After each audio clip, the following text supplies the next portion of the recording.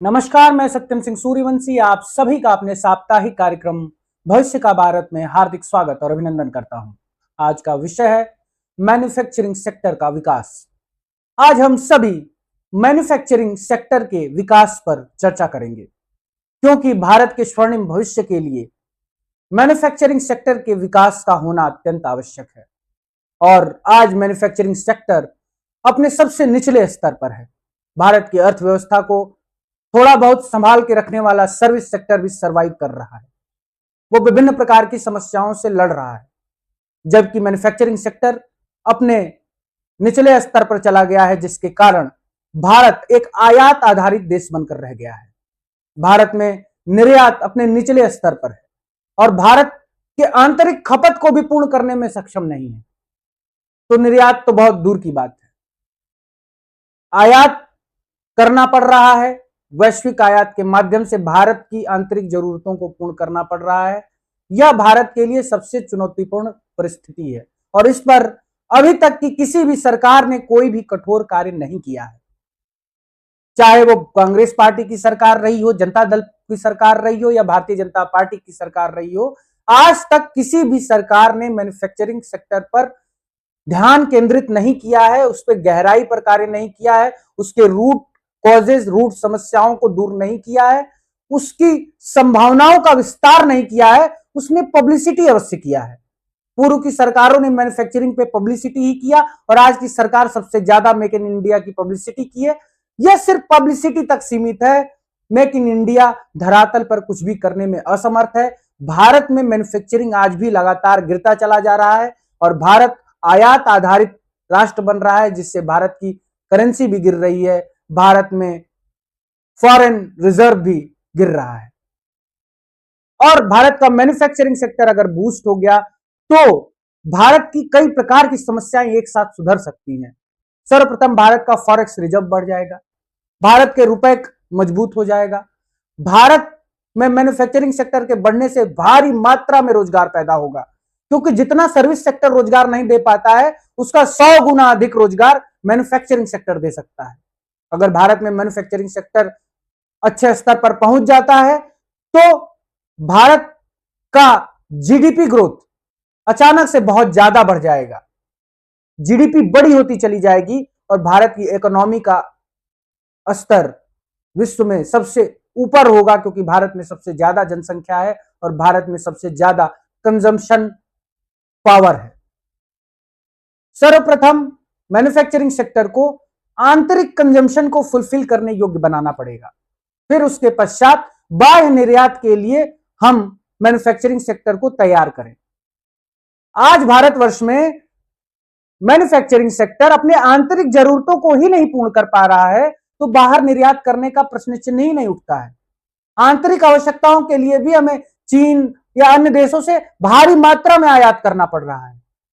जब हम अपने आंतरिक आवश्यकताओं को ही नहीं पूर्ण कर पा रहे हैं, तो बाह्य रूप से निर्यात किस प्रकार करेंगे? इंटरनेशनल मार्केट में क्वालिटी स्टैंडर्ड पर, प्राइस स्टैंडर्ड पे किस प्रकार से फाइट करेंगे?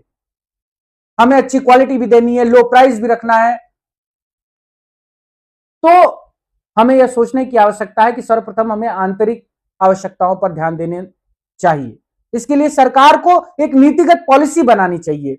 वह सरकार चाहे भारतीय जनता पार्टी की है, कांग्रेस की है या फिर किसी भी की सरकार रहती है या भविष्य में किसी की सरकार आती है, उसे सर्वप्रथम आंतरिक आवश्यकताओं को अच्छे से समझना पड़ेगा। एक सर्वे तैयार करना पड़ेगा कि भारत में आंतरिक डिमांड किस किस प्रोडक्ट की सबसे अधिक है और वो प्रोडक्ट कहां से आयात हो रहा है।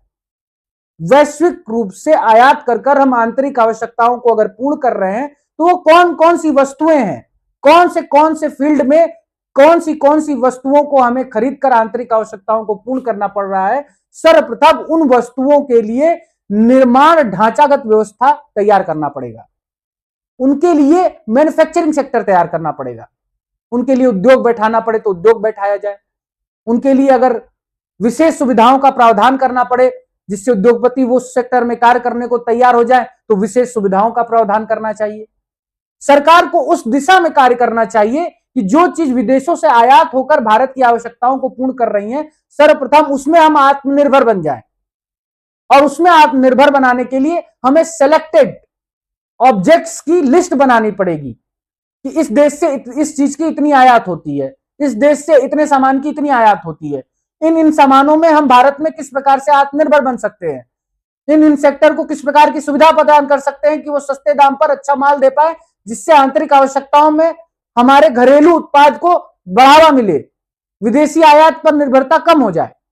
सर्वप्रथम हमें आत्मनिर्भर बनने की दिशा में कार्य करना है, और आत्मनिर्भर बनने की दिशा में कार्य करने के लिए हमें सरकारी मदद की आवश्यकता होगी।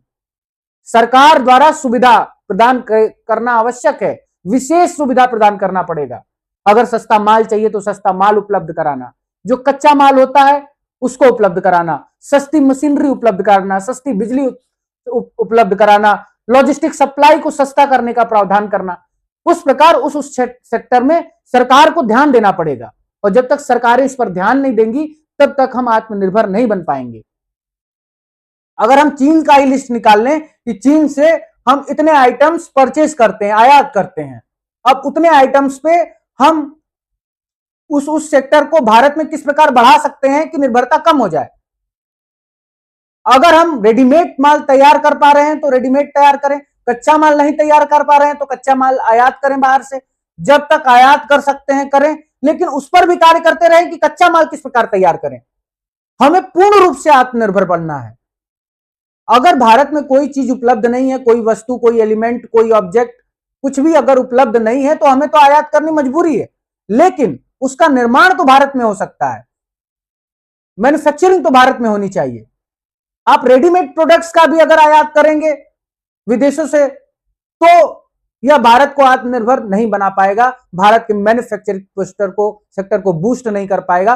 और मैन्युफैक्चरिंग सेक्टर अगर बूस्ट नहीं होता है तो भारत की मूलभूत समस्याएं दूर नहीं हो पाएंगी, जिसमें सर्वप्रथम भारत का फॉरेक्स रिजर्व बढ़ाना है, भारत के रुपए को मजबूत करना है, भारत में रोजगार की व्यवस्था करना है। ये कुछ महत्वपूर्ण मुद्दे हैं जो मैन्युफैक्चरिंग सेक्टर को बूस्ट करके मैन्युफैक्चरिंग सेक्टर पे विस्तृत रूप से कार्य करके इसको सुलझाया जा सकता है। लेकिन सरकारें इस पर चर्चा ही नहीं कर रही, इस पर काम ही नहीं करती हैं।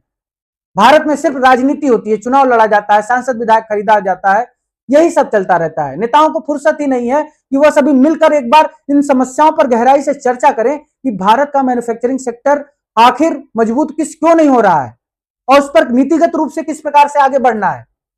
सर्वप्रथम हमें सर्वे करना है, हमें एक लंबी लिस्ट तैयार करनी है कि किस सेक्टर में कितना आयात हो रहा है, किस सेक्टर में कितना आयात हो रहा है, उस सेक्टर की लिस्ट बनाइए। उस सेक्टर में अपने उद्योगपतियों को देखिए कि कहां किस किस जगह पे कितने उद्योगपति हैं, उनको क्या क्या सुविधा प्रदान कर सकते हैं। वहां के लोकल उद्योगपतियों को सपोर्ट करके आप वहां पे किस प्रकार आत्मनिर्भर बनाया जा सकता है कि भारत आयात ना करे, भारत आत्मनिर्भर रूप से मैन्युफैक्चरिंग कर पाए। कच्चा माल पे किस प्रकार काम कर सकते हैं कि कच्चा माल को भारत में ही तैयार किया जाए। मुफ्तखोरी कम करके मैन्युफैक्चरिंग सेक्टर बढ़ाएंगे तो मुफ्तखोरी करनी ही नहीं पड़ेगी, रोजगार सृजन होंगे। मैन्युफैक्चरिंग सेक्टर के पास बहुत अच्छी कैपेबिलिटी है, भारी मात्रा में रोजगार पैदा कर सकता है, और सरकार अगर इस दिशा में कार्य करती है, कोई भी सरकार, किसी भी राष्ट्र और राज्य की सरकार इस दिशा में कार्य करने का प्रयास करेगी तो निश्चित रूप से भारत की मुख्य समस्याओं, मुख्य चिंताओं से मुक्ति मिल जाएगी। और उन मुख्य चिंताओं में भारत का फॉरेक्स रिजर्व का अच्छा बने रहना, रुपए को मजबूत होना, और इसके साथ ही भारत में सबसे बड़ी युवाओं की समस्या बेरोजगारी दूर हो सकती है। आप सभी युवाओं से, आप सभी जनता से, आप सभी लोगों से यह मेरा अनुरोध है कि आप सभी हमारे विषयों को जन जन तक लेकर जाएं, जन जागृति फैलाएं, और लोगों को जागृत करते हुए उन्हें जागरूक बनाएं कि वह सरकार से मांग करें कि उनके मूलभूत विषयों पर किस प्रकार नीतिगत रूप से आगे बढ़ना है। और जब तक सरकार नीतिगत रूप से आगे नहीं बढ़ेगी, आप लोग मांग नहीं करेंगे, स्वयं को शिक्षित नहीं करेंगे, सुदृढ़ नहीं करेंगे, अपने हक की आवाज नहीं उठाएंगे, तब तक परिवर्तन आना संभव नहीं है, और भारत के स्वर्णिम भविष्य का निर्माण करना संभव नहीं है, और हमारा भारत का भविष्य कार्यक्रम अपने पूर्ण उद्देश्य को प्राप्त करने में असफल रहेगा। इसीलिए ज्यादा से ज्यादा इस वीडियो को शेयर करें, ज्यादा से ज्यादा लोगों तक पहुंचाएं, मुद्दों को समझने का प्रयास करें, नीतिगत बातों को समझने का प्रयास करते हुए जन जन तक पहुंचाएं। इसी के साथ आज का विषय समाप्त होता है। नमस्कार।